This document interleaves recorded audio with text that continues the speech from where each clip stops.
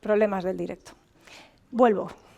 No os desconectéis. Estamos. Missio Dei. ¿Vale? Esto va a ser un poco como la postdata, decíamos esta mañana en el tiempo de oración, a lo que hemos venido haciendo a lo largo de este mes de septiembre. Hemos estado pensando en la misión de Dios y en cómo, bueno, pues Dios ha preparado una iglesia para el desarrollo de esa misión. Ahí estamos nosotros. Y esto que os voy a contar, porque bueno, pues ha coincidido en el tiempo, no en el espacio, como veis, 10.000 kilómetros de distancia, pero sí en el tiempo, que es el que se haya producido este congreso de Lausana en estas fechas, pues yo diría que nos viene a pelo para poder cerrar también la serie, pero no el proceso en el que estamos inmersos como iglesia, porque eso solo terminará el día que el Señor vuelva. Y esto no se nos puede olvidar, esto no es una serie puntual. Este que veis ahí, que la Iglesia proclame y exhiba a Cristo juntos, ha sido precisamente el lema que ha marcado esos 10 días prácticamente de congreso en Corea del Sur. Para mí un privilegio el poder estar allí porque no era algo que estuviera previsto. Esto surgió en el mes de julio, con mucho estrés de por medio. Es un evento al que uno no va porque quiere, es un evento al que te convocan. Allí habíamos convocados pues, gente que no somos pastores, gente que simplemente pues, estamos pues, quizá en el mundo del trabajo y viendo cómo conecta nuestra vida de fe con el trabajo, que entendemos nuestra profesión, nuestro lugar de trabajo como nuestro lugar de misión. Sabéis que me dedico a la psicología y que mucho de lo que hago pues, en redes sociales, a veces también, de lo que hago también en la iglesia, tiene que ver con esto, ¿no? Con cómo conectan ambos mundos. Pero ahí había muchísimos pastores, había influencers, había personas que trabajan como misioneros en todas las partes del mundo, había personas que trabajan en entidades paraeclesiales, había desde chavales de 18 años hasta personas de 85. Y ver a toda la iglesia global reunida en una sala, contad más o menos aproximadamente 5.400 participantes, 202 países, más unos 1.600 voluntarios, 1.000 de ellos de las iglesias de Corea del Sur. La cosa es bastante imponente. Así que, como habéis visto, lo que he hecho ha sido cambiar solo unos días mi comunidad multiétnica, multigeneracional y misional por una un poquito más grande, ¿vale? Por cierto, había parte de la familia de Icono, ahí voy a ver si os lo puedo enseñar, si soy capaz, y esto me funciona, que no me está funcionando. Mirad quién estaba allí. Para los que no sois de casa, quizá, este es Derwin Gray. Sabéis que Icono nace de alguna manera en Transformation Church en Charlotte, donde vivían Amy y Joel hace unos años. Pues bajo el paraguas de esta iglesia es que de alguna manera surge la idea de lo que hoy se concreta en 10 años después, casi 11, Icono. Y este es el pastor de Transformation Church. Y él es una de las personas de la delegación norteamericana que fue pues convocado también para estar allí. Así que mirad que era difícil encontrarse entre 7.000 y pico personas justo a él. Era necesaria esta foto, así que el Señor hizo provisión para que nos pudiéramos encontrar a las 10 de la noche casi cuando íbamos a coger el bus para irnos cada uno a nuestro hotel. Han sido días, debo decir, de bastante locura, ya no solamente por el despliegue, lo que significa el viaje, trasladarse, es toda la mentalización. Este congreso hay personas que llevan preparándose para él como asistentes durante más de un año, reuniéndose semanalmente, quincenalmente, mensualmente, teniendo reuniones de oración, empapándonos, yo desde julio porque me pilló por sorpresa, ¿no? Pero empapándonos de un montón de contenidos que, por cierto, tenéis a vuestra disposición, luego contaré un poquito más. Pero este es un movimiento, que esto no es de ahora, este es el 4º congreso, significa que ha habido otros 3, que en este año particularmente cumplía 50 años. Así que dentro de todo eso, y ahora os haré un poquito de recorrido, me pareció una pena, por una parte, no contaros un poquito, daros un pequeño informe de lo que se ha vivido allí, pero quiero sobre todo retaros, desafiaros, y es lo que voy a ir haciendo más bien hacia el final de la conversación hoy. O sea que va a ser una conversación un poco diferente. No voy a estar trabajando sobre un único versículo o un grupo de versículos como solemos hacer otras veces, sino que lo que quiero de alguna forma es trasladaros algo de la visión de lo que se ha podido compartir allí. El énfasis ha sido este lema, que la Iglesia muestre a Cristo no solamente verbalmente, sino la exhiba en su belleza, porque es el carácter de Dios lo que estamos reflejando. Eso es lo que significa icono. Lo digo también por los que no sepáis por qué icono se llama icono. Es la palabra griega para imagen. Pero el asunto clave está en la idea del juntos. Porque además, creo que en esto estamos de acuerdo, cuando la Iglesia se muestra desunida y cuando no somos capaces de estar ni 4 en la misma habitación, mucho menos 7.500 personas con denominaciones completamente diferentes, la Iglesia que se muestra hacia afuera es bastante más fea.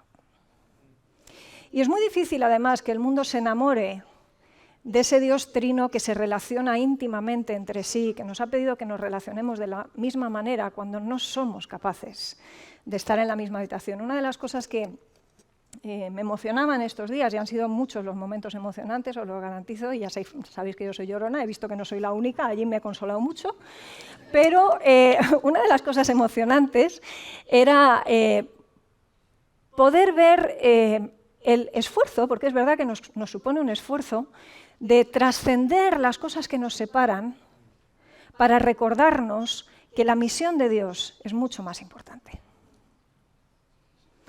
En aquella sala habíamos pues desde personas pentecostales, carismáticas, bautistas, iglesias históricas, denominacionales, de todo. Personas que han representado los grandes conflictos, no solamente del momento, Ucrania, Rusia, Palestina, Israel, todo lo que se vivió en Ruanda, por ejemplo, y lo que se vive en zonas como el Congo y otros lugares del planeta, sino, bueno, pues todas nuestras ruinas también, ¿no? También ha habido momentos de controversia, ha habido momentos de meterse un poquito el dedo en el ojo en cosas que para el gusto de muchos de nosotros no tenían tanta importancia, pero yo creo que a estas cosas también se va con cierto nivel de tensión. Y tenía un poco la sensación de que nos pasa a veces como nos pasa en casa, ¿no? Que uno viene cargado del trabajo y cuando llega a casa despliega. Y puede ser cualquier cosa. Puede ser que el tenedor ese día está un poquito torcido para la derecha en vez de para la izquierda y eso casi que puede ser el motivo por el cual uno desbarra, ¿no? Ahora, dentro de que esas cosas también pasan y siguen pasando entre nosotros y pasan en congresos, o sea, no vengo aquí a contaros la maravilla de la vida, ¿no? Pero de nuevo lo que también sucedía era esta cosa de no nos perdamos lo importante. Estamos aquí por lo que estamos aquí. Y todo lo demás es parte del escenario, pero no es la esencia. Y luego vamos a hablar un poquito más de eso. Así que esa idea de colaboración aquí se ha llevado, si me apuráis, al extremo. Os voy a contar luego algunas cosas más, ¿no? Pero una de las cosas que se ha señalado muy claramente con el dedo y que nos ha hecho zarandear a todos y que nos ha hecho reflexionar y, vamos, os digo también, en momentos del evento, ponernos de rodillas, literalmente, ha sido la llamada de atención a la crítica en ese sentido de ya está bien de nombres propios, ya está bien de superhéroes de la fe, no hablo de los bíblicos, ¿vale? Hablo de los grandes nombres que se mueven ahora, ya está bien de denominacionalismos, ya está bien de trabajar el triple o el cuádruple, de las duplicidades, esto de que cada vez que un creyente quiere hacer algo por el reino va y intenta inventar la rueda cuando la rueda ya está inventada, en vez de trabajar colaborativamente en mover el asunto hacia adelante. La estrategia de Dios se nos recordaba en ese evento, en esa inauguración, de la cual habéis podido ver un poquito, porque estos son los highlights, digamos, los subrayados del primer día de la ceremonia inaugural. Ahí habéis visto a la persona, digamos, más representativa de la Iglesia coreana, habéis visto al CEO de Lausanne, del movimiento de Lausana, Michael Oh, que él es original de Corea del Sur, aunque bueno, se ha formado en los Estados Unidos y él está sirviendo como misionero en Japón. Habéis visto muchas cosas ahí, pero la estrategia de Dios, nos recordaba Michael en su apertura, es su cuerpo. La estrategia de Dios es que Él ha creado un pueblo para sí que tiene que funcionar junto. Y no podemos decirnos unos a otros, no te necesito, sino que se nos ha enseñado en esos días, y es un poco a lo que se nos mueve y lo que se nos ha impulsado a contar también en nuestros lugares, que nos digamos mutuamente, te necesito. Necesitamos trabajar juntos. Y esta es una de las cosas que está pasando. Si queremos mostrar el cuerpo de Cristo como es, hermoso, completo, como una novia que se está preparando para encontrarse con el Señor, hay un montón de cosas que tenemos que revisar. Y algunas de ellas se nos han planteado en esta serie, algunas otras os las voy a contar yo, otras tienen que ver con renovar nuestro compromiso con el Señor, ponernos delante del Señor en oración, tal vez también de rodillas, ¿por qué no? Y repensar en qué punto estamos, qué tipo de fe estamos viviendo, si estamos viviendo una fe quizá acomodada, luego hablaremos de eso, o por el contrario vamos a estar dispuestos a ser zarandeados de alguna manera. Juntos, desde luego, entonces, es mejor. Y de esto va la Lausana. Esto es lo que quiero contaros brevemente. Simplemente quiero daros un poco 2 o 3 pinceladas históricas para que sepáis un poco de dónde viene esto y luego es donde sí nos vamos a dirigir hacia ciertas profundidades, ¿no? Este movimiento quizá no os suena a muchos de vosotros o resulta raro decir, Lausana no era una ciudad suiza. Efectivamente, sigue siéndolo, ¿vale? Pero este movimiento, que empieza en 1974, empieza con un nombre que sí que os suena, que es Billy Graham, ¿no? Está en el libro Guinness de los récords, os tiene que sonar. Es la persona, si no me fallan los recuentos, y al Guinness tampoco, que a más personas ha predicado el Evangelio. Así que, como mínimo, una voz que merece ser escuchada, aunque solo sea por la gallardía de lo que eso representa, ¿no? Y él ya muy consciente en aquel momento, en los años 70, de lo hartamente estúpido que es trabajar cada uno por su cuenta, lo que hace es que, bueno, se lanza al ruedo en términos de convocar, una persona con poder de convocatoria, que duda cabe, convocar a los líderes del momento a que fueran intencionales en reunirse en la ciudad de Lausana para repensar la misión, para ver de qué manera se podía colaborar. Y entonces no solamente él, sino otro nombre muy conocido que os suena, que es John Stott, del que me oís hablar de vez en cuando porque soy fan de sus escritos, un teólogo de origen del contexto anglicano, pero que ha sido una de las personas que una mayor aportación ha hecho a la teología en el siglo XX y, vamos, tenemos una deuda de agradecimiento con el Señor a través de él. John Stott fue de alguna manera el arquitecto teológico de lo que pasó allí. Y no somos conscientes muchas veces, pero mucho de cómo entendemos la misión hoy tiene que ver con cómo de alguna manera el movimiento de Lausana ha ido definiendo ciertas cosas, ha ido generando documentos fundacionales, se ha ido trabajando hasta el día de hoy. Pues 50 años después tenemos ciertas cosas como muy integradas, pero por ejemplo, os pongo un ejemplo como muy básico, ¿no? Ese primer congreso de Lausana en el año 74 dio lugar a un documento fundacional, como os digo, que una de las cosas que ponía encima de la mesa es: predicar el Evangelio no puede ser solamente ir con palabras. ¿Qué pasa con la justicia social? ¿Qué pasa con predicar el Evangelio y dejar al que tiene hambre con su hambre? ¿O dejar al que tiene sed con su sed? ¿O con las situaciones de inequidad en el mundo? ¿O con los niños que necesitan cobertura? ¿Qué pasa con todo eso? Bueno, eso que ahora quizá lo tenemos muy claro y que no nos entra eso fue en su momento un debate brutal. Brutal. No estaban en el mismo punto los que estaban allí. Generar aquel documento y que hoy en general lo tengamos bastante más asumido 50 años después no ha sido ninguna tontería. Tampoco, por ejemplo, lo que pasó en el siguiente congreso, que se dio en Manila en el año 89, 1989. El manifiesto de Manila, que allí reunía, además de otros muchos nombres, pues por ejemplo a gente que os suena, como René Padilla también, Samuel Escobar. René Padilla en el 74, por cierto, hizo le llaman el sermón que conmovió al mundo. Si tenéis curiosidad, buscad. El tema de la justicia social, por cierto, ha sido lo que ha generado controversia también en este congreso. Buscadlo. Ha sido su hija precisamente la que predicó y ha despertado las inquietudes de alguna que otra persona, ¿no? Ahí siguen las controversias. Pero bueno, ahí estaban Samuel Escobar y René Padilla hablando de lo importante que es contextualizar el Evangelio. Tú no le puedes contar el Evangelio igual a una persona que vive en Norteamérica, o una que vive en Madrid, o una que vive en el Amazonas. Porque los asuntos que son relevantes para unos y para otros, y de la manera que el Señor se expresa en liberación y salvación para ellos, aunque es en Cristo, es también de esas otras muchas maneras distintas. Y necesitamos entender que Dios trata con cada uno de sus hijos de manera diferente.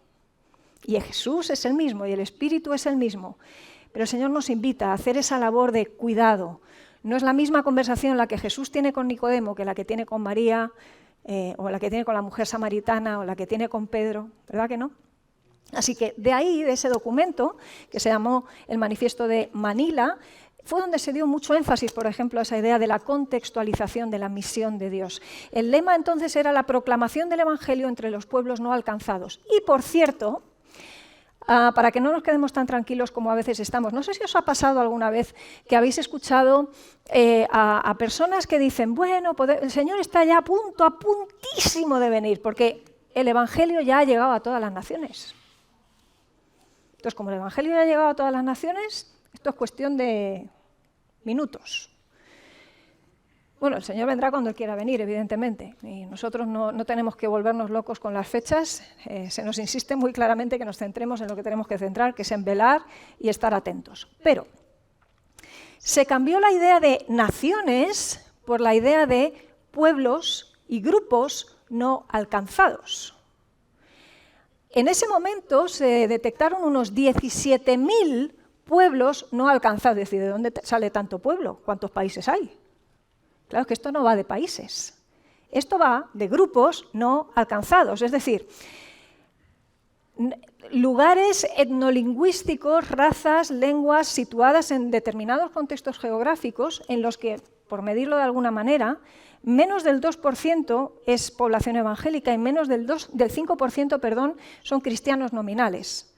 Lugares donde no está ni la palabra traducida a sus idiomas. Y en estos últimos años se ha hecho una labor extraordinaria en la traducción de la palabra a esos idiomas, dando lugar a una cosa que hemos celebrado tremendamente en este congreso, que es el despertar del sur global. Bofetón de órdago que nos llevamos los del mundo noroccidental. América, Europa, básicamente, los que mandaban misioneros y que ahora estamos prácticamente en situación, ya no digo ni catatónica, medio en coma. No me atrevo a decir muertos porque eso solo lo sabe el Señor. Muertos no estamos, siempre hay un remanente, gloria a Dios porque podemos celebrarlo, pero ojo, no estamos aquí para celebrar que somos un pequeño pueblo muy feliz. Se nos olvida con facilidad la misión de Dios. Y entonces resulta que lo que se está viendo en los últimos años, y de eso hablaré un poco más al final, es que África, Asia, Oriente Medio, Latinoamérica se está levantando como un rugido que nos avergüenza. Y gloria a Dios si esa vergüenza nos lleva a arrepentirnos. Ojalá, ojalá. Yo os digo, he disfrutado el Congreso, pero en un sentido vengo rota. Porque no tenemos ni idea de lo que nos estamos perdiendo. Ni idea. Y eso me zarandea a mí personalmente, zarandea a mi familia, zarandea nuestros ministerios cómodos en los que estamos súper guay, zarandea nuestros planes para el verano y para las Navidades. A lo mejor tenemos que servir más de una vez en Icono al mes. No, esto nos va a tocar en muchas cosas. Luego os voy a poner algunos ejemplos. De verdad, posiblemente sea muy incómoda en algunas cosas que voy a decir. Pero tengo esa espina clavada. Me fui a Corea con muy poca gana. Algunos de los que me conocéis más de cerca y sabéis un poquito que estamos pasando a veces por tramos complicados de vida, lo sabéis. Muy poca gana, pero pidiéndole al Señor, lo que me tengas que mostrar, muéstramelo, porque os cuento. No sé si os acordáis, hace unas cuantas conversaciones, meses atrás, uno de los días que me tocaba a mí la conversación, os hablaba de la Iglesia y la adoración y de cómo reunirnos los domingos. Es esa especie de latido por el que nos reunimos, el Señor nos empodera y traemos nuestras ruinas, nuestros desastres, el Señor nos da lo que necesitamos para volver a salir de vuelta a nuestros lugares. ¿Y os acordáis que hicimos una especie de mapa misional de icono? Y cada uno puso quién era, dónde trabajaba, dónde estaba durante la semana, en qué invertía el tiempo libre y cómo, pues de alguna manera que se supiera dónde nosotros hacíamos misión. Bueno, el Congreso de Lausana, número 4, que es en el que he participado estos días atrás, eso para mí ha sido el reunirnos, esa parte del latido, para ahora todos, esas 7.500 personas, salir disparadas hacia los lugares en los que estamos y mover al personal. Y movernos cada uno de nosotros en primer lugar. Pero despertarnos de esta especie de letargo en que estamos inmersos. El tercer congreso de Lausana fue Ciudad del Cabo, 2010.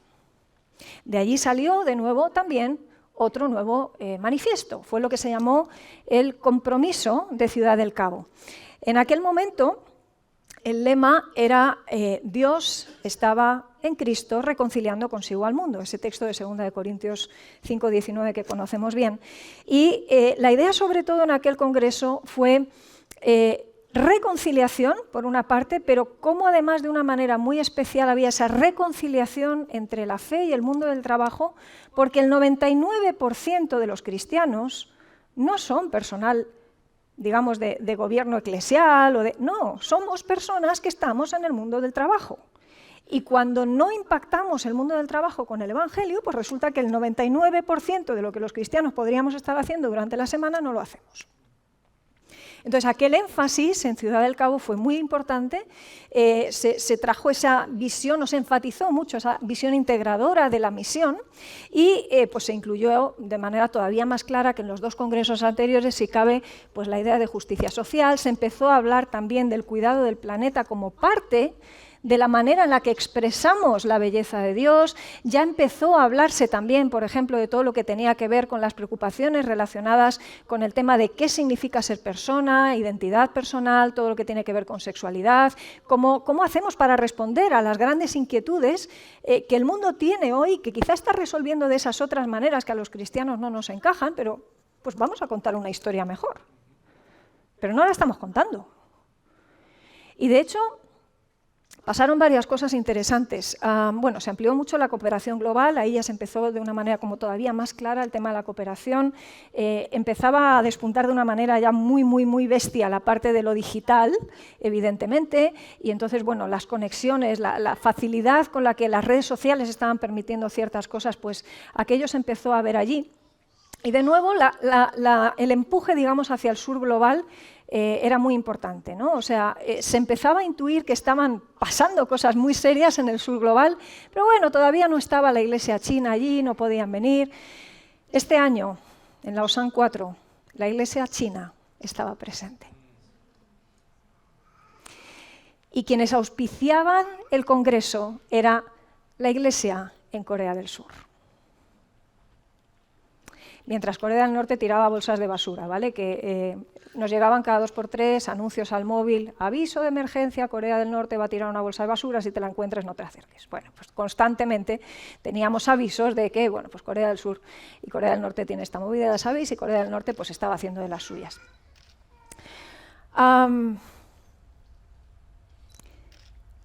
¿Cómo integramos nosotros esto? ¿Cómo integramos que 2 semanas después de que termine el Congreso de Ciudad del Cabo, uno de los participantes allí, un pastor iraní por el que hemos estado orando en su momento, pues porque fue encerrado junto con otros en la cárcel por reunirse en su casa con un grupo de creyentes, él va a Ciudad del Cabo, vuelve unos días después, regresa a su casa y un día, domingo por la mañana, la policía se presenta en su casa y les arrestan a todos. Él ha vuelto al Congreso esta vez. Y dice, creo que no me van a volver a pillar porque en esta ocasión no regreso a Irán, está en otros sitios, ¿no? Y está de otra manera. Pero, ¿sabéis la alegría con la que él comunicaba volvería a pasar por ahí 1 y 100 veces más. 5 años en la cárcel. 5. Y no nos ha pedido que oremos para que la Iglesia de Irán deje de ser perseguida o para que el Señor les saque de allí. ¿Sabéis lo que nos ha pedido en oración? Orad para que podamos seguir predicando allí. El primer año de esos 5 de cautiverio, en un zulo de 2x2, sin una ventana. 1 año entero en un zulo.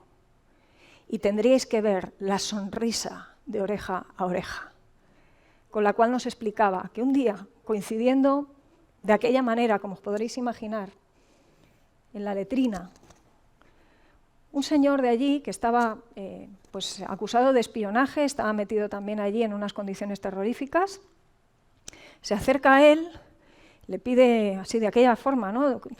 que el guardia no les viera y con mucho cuidado, le pide: necesito que ores por mí, porque con tu Dios funciona, pero con el mío no.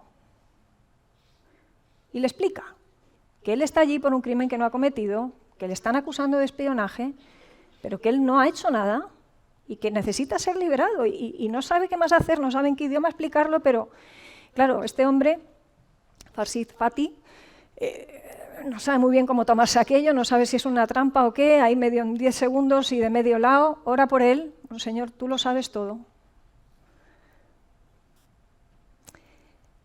Al día siguiente este hombre pasa por el tribunal y le declaran inocente. Y a las 2 semanas estaba en la calle.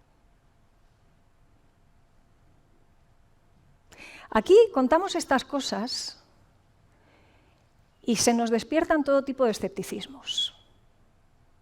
Se nos arruga la nariz. ¿No tenéis la sensación de que se nos arruga la nariz? Como se nos arruga la nariz, por ejemplo, cuando otro hermano allí nos cuenta de lo que ellos están viviendo en África y en Asia, en las selvas de Borneo, por ejemplo, en Malasia, donde pueblos enteros que se levantaban y se acostaban para emborracharse, de repente ven sus vidas transformadas por el Evangelio. Se transforma esa villa completa, todas las que había alrededor, de aquello empieza a hacerse eco las noticias, los periódicos, y no solamente empiezan a hacerse eco de aquello, empiezan a hacerse eco de otra serie de manifestaciones, de milagros hacia multitudes, de cómo un poco de arroz y un poco de agua se convierten en harina y en aceite para dar de comer a miles. ¿Os recuerda algo? ¿A qué os recuerda? ¿A qué libro? A los Hechos. El Señor no es el mismo ayer, hoy y por siempre. El Padre es el mismo, Jesús es el mismo, el Espíritu no. ¿Por qué aquí no lo vemos? Yo no sé si aquí lo pedimos igual. No sé si tenemos la misma apertura. Y uno de los pastores que nos compartía allí nos decía: nos llamaron un día para orar por un hermano que se estaba muriendo y nos reunimos allí para orar fervientemente por él, por su familia, pero sobre todo por su salud. Y no funcionaba, no funcionaba, no funcionaba. Y al día siguiente volvieron allí, volvieron a orar, solo que en aquella ocasión no convocaron a los 2 misioneros occidentales que llevaban unas cuantas semanas trabajando en el equipo. Y oran por ese enfermo y ahí sí, el enfermo se recupera milagrosamente. Hay incluso testimonios de resurrecciones documentadas. La prensa se hace eco de esas cosas. Y estos misioneros, muy ofendidos en algún momento porque no se les había convocado, como mínimo sorprendidos, ¿sabéis cuál fue la respuesta?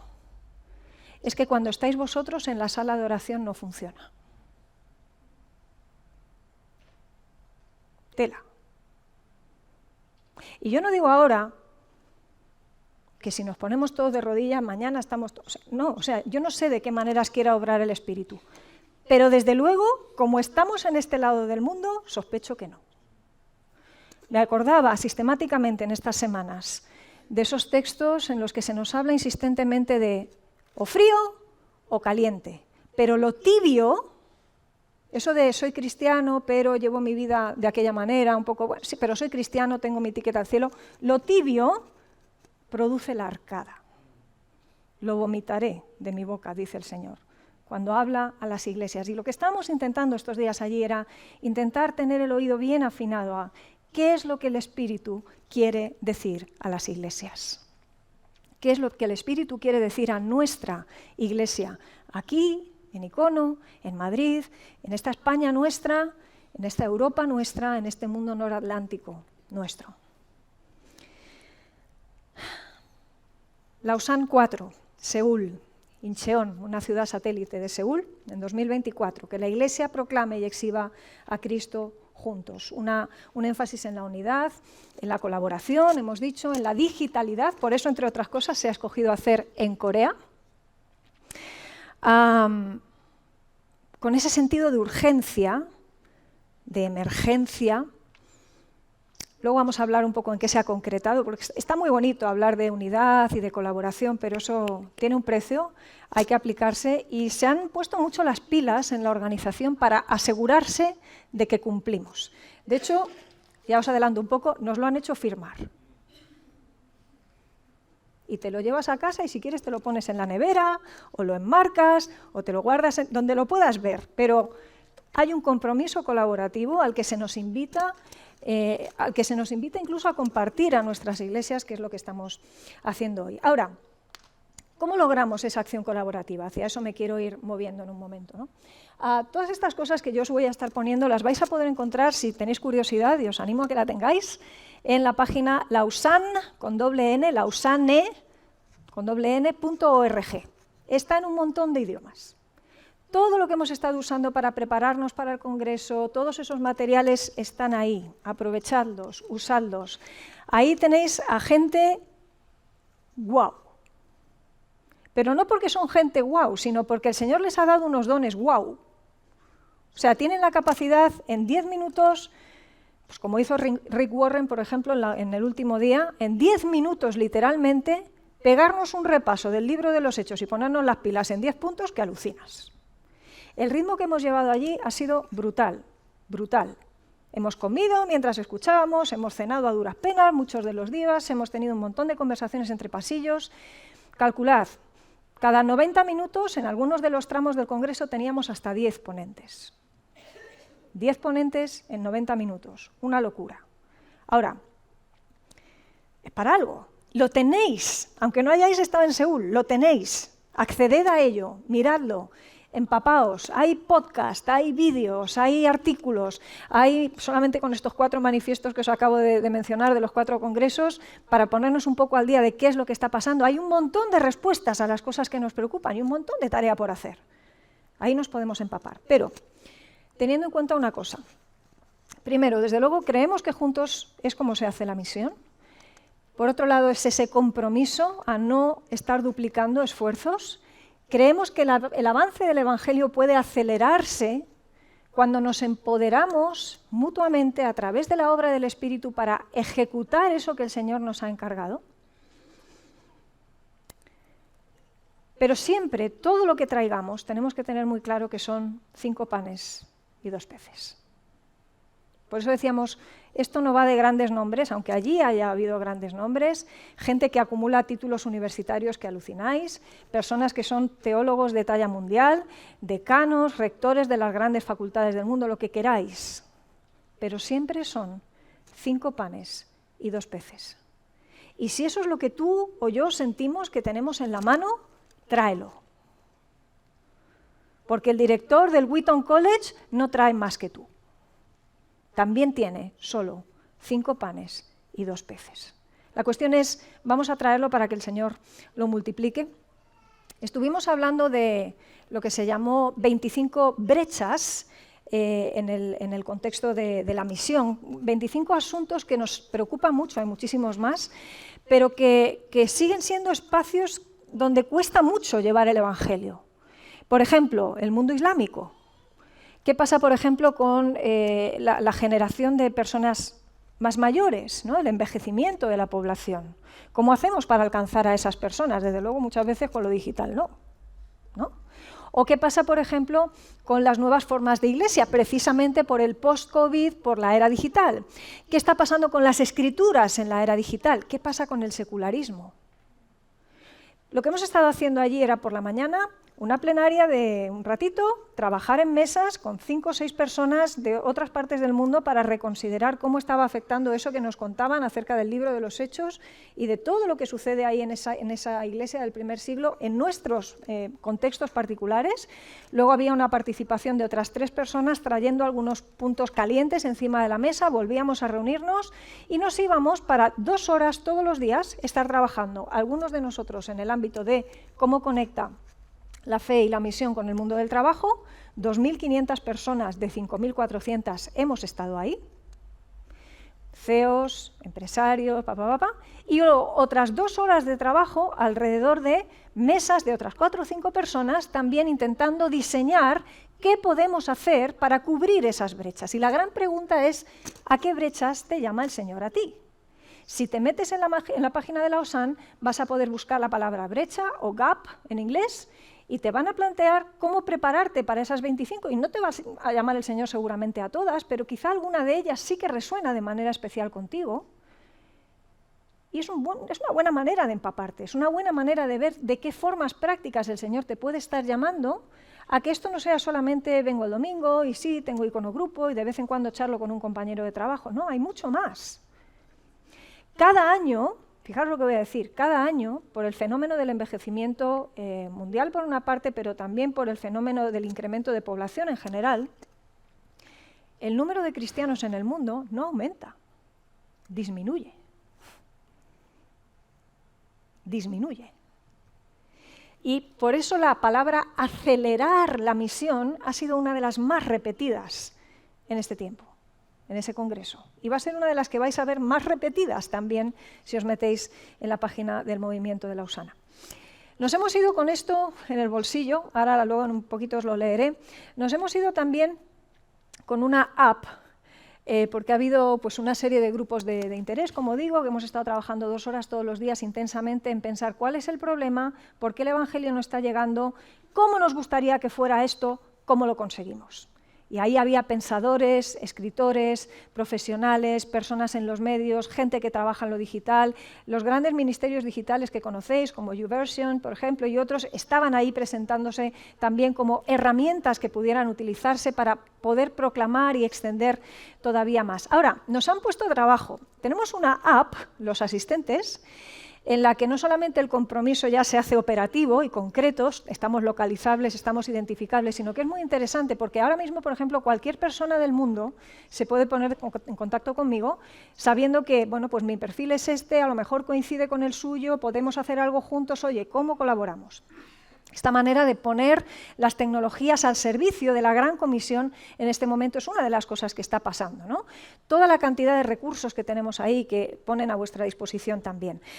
Pero quiero leeros un momento simplemente acerca de este compromiso de acción colaborativa.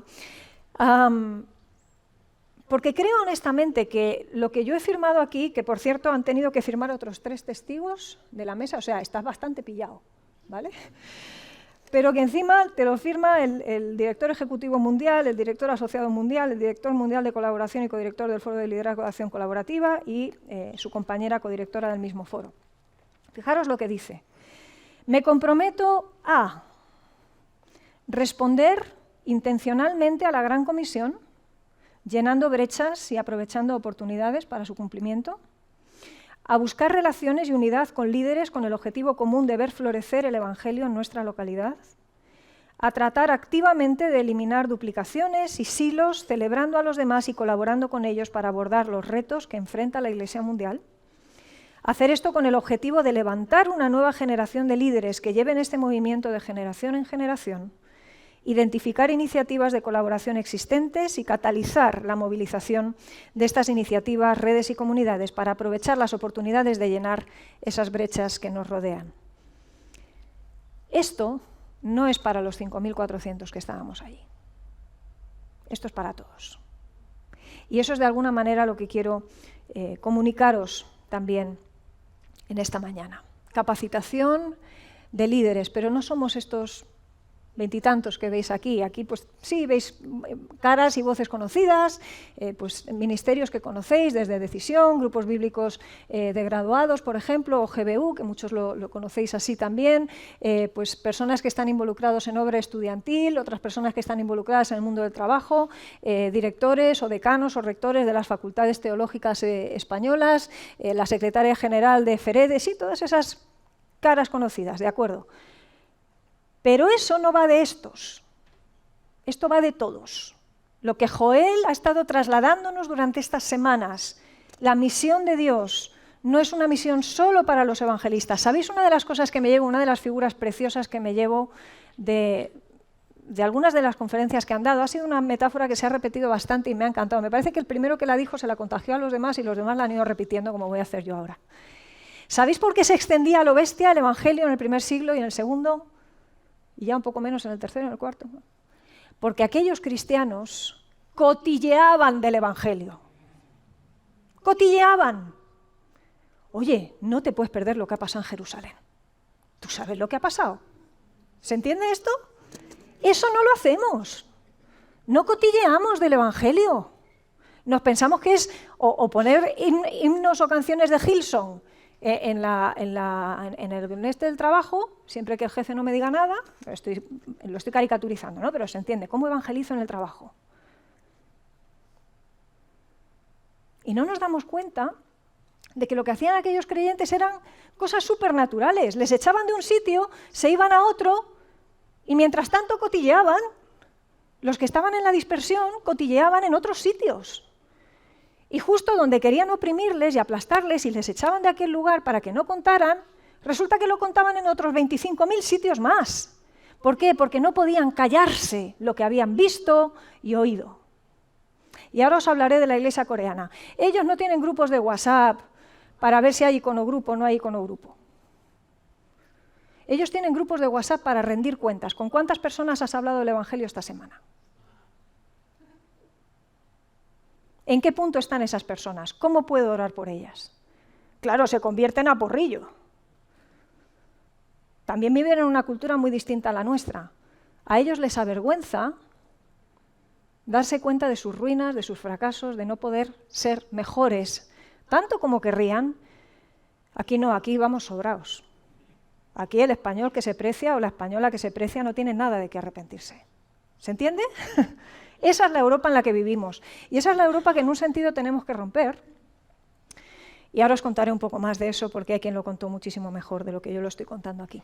Así que esto fue simplemente nada, una breve representación de nuestro país, un encuentro precioso también, debo decir, entre muchos de nosotros que hemos tenido la oportunidad de conocernos más, de orar juntos, de conectar con los ministerios del uno, del otro y del otro. De ahí han salido ya acciones colaborativas súper interesantes. Ahora, por si os estáis durmiendo, que espero que no, me voy a meter ya a esto. Aquí acaba el informe, ¿vale?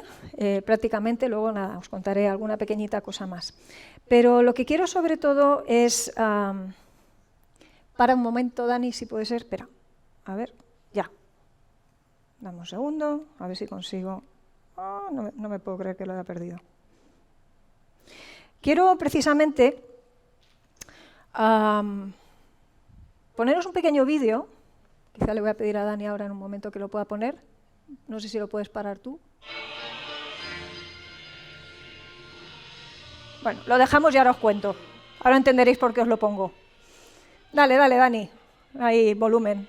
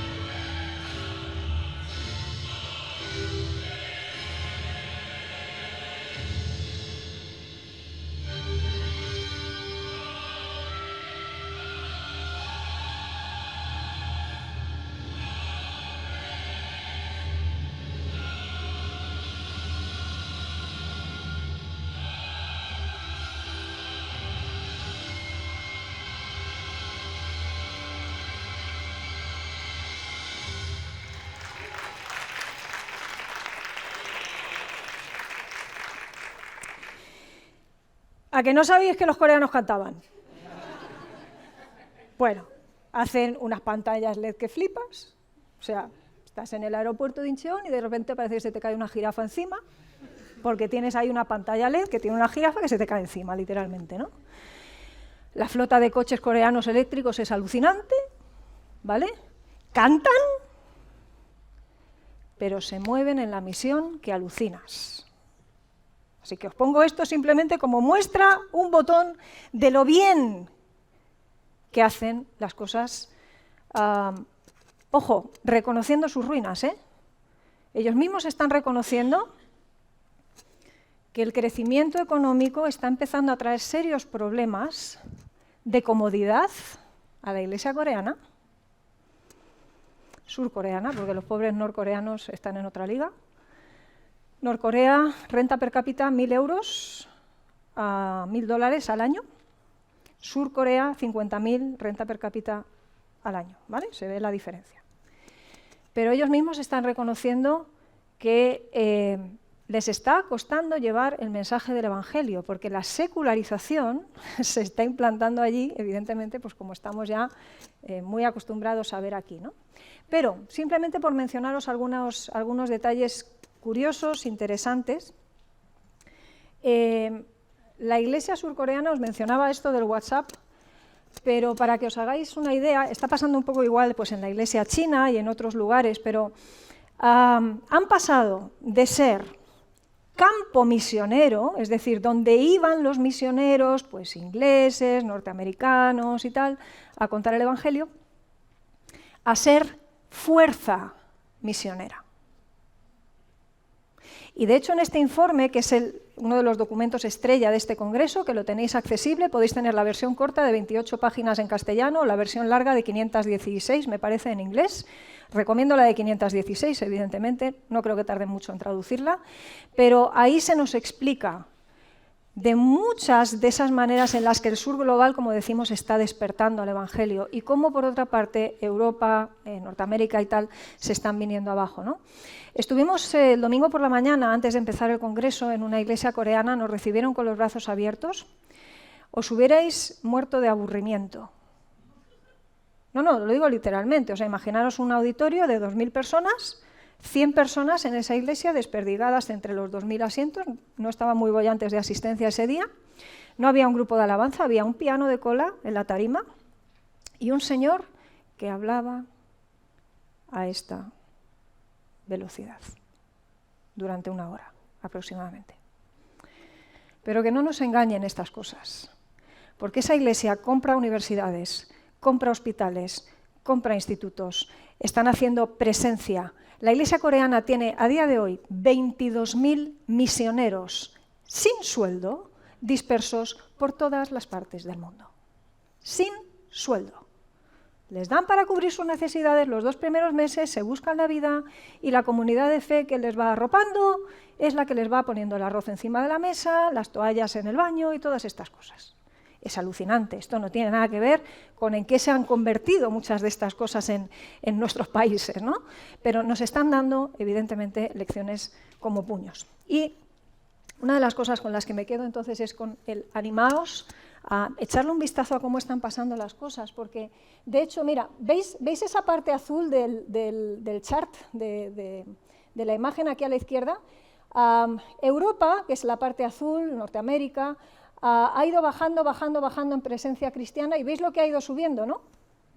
América Latina, Asia y sobre todo África. Esto es lo que tenemos previsto para el año 2050, que suceda si la evolución sigue siendo la que es.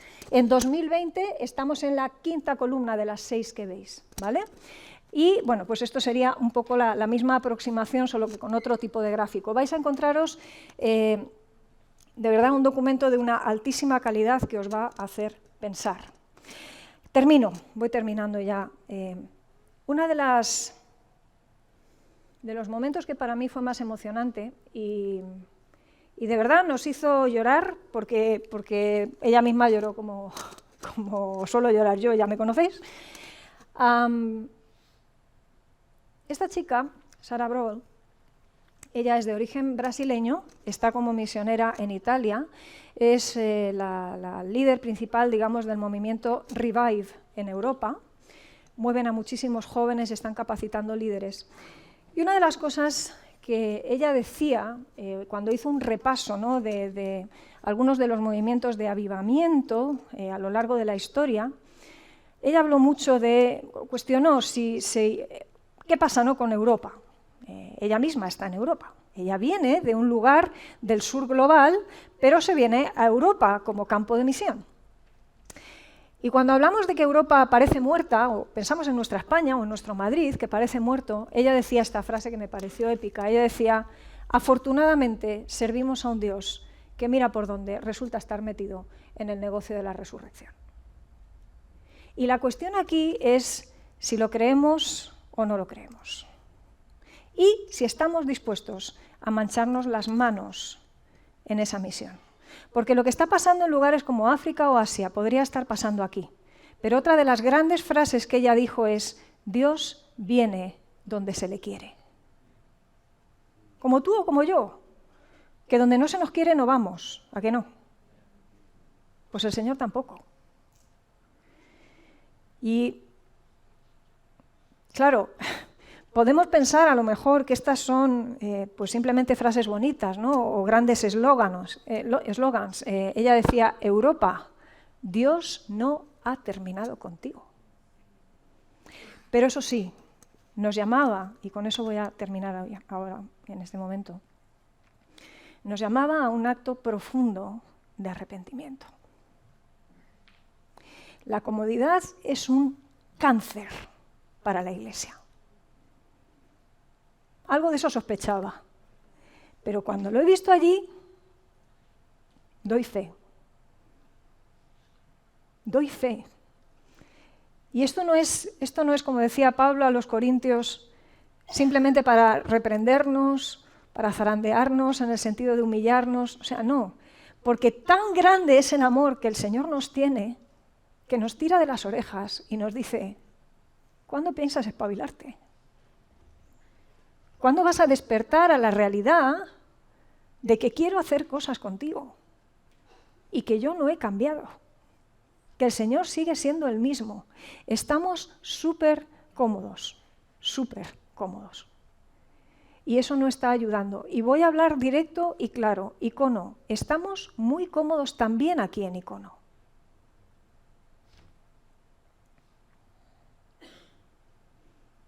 Se ha venido haciendo un llamado sistemático al servicio, a involucrarnos y, cuidado, todos tenemos cosas que hacer. Pero dejadme que os lance esto. Vengo con la convicción de que todas esas cosas en las que estamos invirtiendo la vida son solamente el escenario para la misión. Pero lo importante, lo que tiene que pasar, a lo que somos llamados, para lo que estamos aquí, es la misión.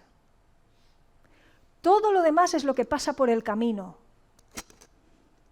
Y no digo que no sea importante en nuestros trabajos. Yo mañana tengo que poner la empresa a funcionar también, como vosotros.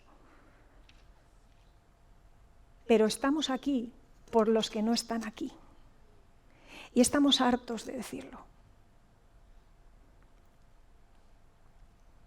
Pero necesitamos vivirlo y entenderlo de una manera distinta. Y soy consciente de que, nada, las 4 pinceladas que os he dado no pueden ni mínimamente trasladaros nada de lo que se ha vivido allí. Pero mi convicción en esta mañana es que esto no va del Congreso Lausana 4. Lo que yo oraba al Señor esta mañana y estos días es que sea el Espíritu Santo mismo el que movió a la Iglesia en el primer siglo, el que movió a los apóstoles, el que producía en ellos ese fervor que les hacía estar dispuestos a presentar el Evangelio con sus vidas, aunque las perdieran, que eso mismo, ese mismo Espíritu, el que obró la resurrección de Jesús, que es el que vive en nosotros, cuidado, sea el mismo que nos hable a cada uno de nosotros en esta mañana. Así que me gustaría hacer lo mismo que hicimos en ese momento cuando Sara terminó de hablar. Y es, ¿qué os parece si nos reunimos en grupitos de 2, 3 personas, con quien tengas al lado. Y no empieces a orar inmediatamente, date medio segundo para pensar en qué términos quiere el Señor que venga delante de Él en oración en este momento. Lo que nos movió en ese momento a todos fue: necesitamos arrepentirnos. Eso fue lo que el Señor puso en la mayoría de nosotros, en nuestros corazones en aquel momento. Eso marcó el tono de la sala, marcó las posiciones en que cada uno estaba, marcó la manera de orar. Llegó un momento en el que acabamos doblados por la mitad, todos. Y cuidado, no lo he dicho antes, pero lo voy a decir ahora porque creo que es importante, por ese arrugue de nariz que nos suele surgir a mí la primera. De todos esos eventos milagrosos que os he estado contando, ninguno de ellos viene de un contexto ni pentecostal ni carismático. No hay manipulación emocional cuando es el Espíritu el que obra. Hay manipulación emocional cuando somos nosotros los que queremos imitar lo que el Espíritu hace. Pero de eso no va la cosa hoy. Ni allí, ni entonces, ni irá en el futuro. Así que nos desafiamos en esta mañana a parar un segundito. Reúnete con 2, 3 personas alrededor. Date unos segundos para pensar. Y luego sí, os invito a orar juntos. Y poned delante del Señor lo que consideréis, lo que sea importante. A veces será arrepentimiento, otras veces será: Señor, dame la valentía que no tengo, otras veces será: capacítame con las palabras que no se me ocurren, no lo sé. ¿De qué maneras puedo servir a mi iglesia local? ¿De qué maneras puedo construir el cuerpo de Cristo para que brille la belleza de un cuerpo completo? Porque yo necesito a los demás, pero los demás también me necesitan. ¿Os ha dolido alguna vez el dedo pequeño del pie? ¿A que el resto del cuerpo va fatal cuando te duele el dedo pequeño del pie? Aquí no sobra nadie. Y si no estás sirviendo, por ejemplo, te echamos de menos los domingos. Y el resto de la semana. Y si no estás orando por icono durante la semana, ¿quién sostiene la obra? El Señor la sostiene, gloria a Dios. Pero eso no quita nuestra responsabilidad también de que estamos aquí para lo que el Señor nos ha puesto. Así que vamos a tomarnos 5 minutitos para orar y luego el grupo de alabanza nos dirigirá en un tiempo también de canción.